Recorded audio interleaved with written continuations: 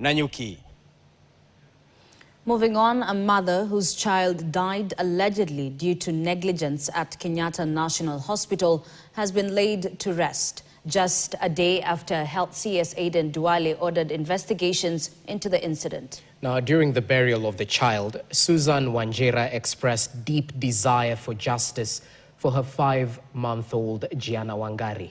Our reporter, Aguturosa, attended the burial and now reports. They say the small caskets are the heaviest to carry. Today, Susan Wanjera got to experience what no parent should, burying a child. Yesterday, as CS Duale was addressing the media, Wanjera seized the opportunity to air her grievances. She had brought her child Gianna Wanjiru to the hospital after her health deteriorated. Gianna had undergone an abdominal surgery 2 months ago and was recovering at home when her condition suddenly worsened. They were not doing anything, walikuwa naniambia mtoto wako sawa. Ikafika 6 mtoto akazidiwa sana.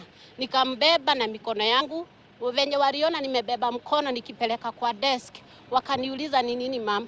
Nikawaambia mtoto amezidiwa. Kumwangalia mtoto akapasi akiwa tu kwa mikono yangu. Wakaniambia mwekelee tu hapa. Kumwekelea wakasema ashaenda. From 2 to 6 hakuna daktari alikuja kuangalia mtoto wangu. After explaining her predicament, CS Duale promised to take action. Where is Dr. Kariuki? Dr. Rebecca, can you come here? Make sure you take the details of that lady. And make sure tomorrow morning she goes to KMPDC and she files a complaint. Yeah. And her case is investigated and I must be brought the file. You'll get justice, at least from us.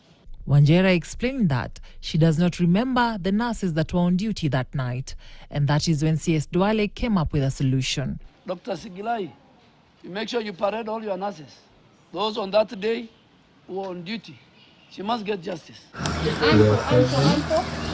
Daktari wa upasuaji ndiye amesema alikuwa na pneumonia na alikuwa na infection, ikaanza kutuma vitu kwa tumbo zianze kufail.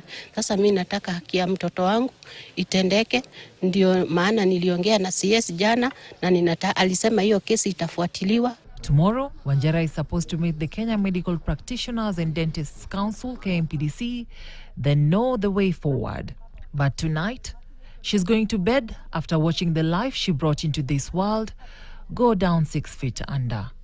Aguturosa, KTN. Quite sad. We hope Mama Gianna gets the justice she so deserves.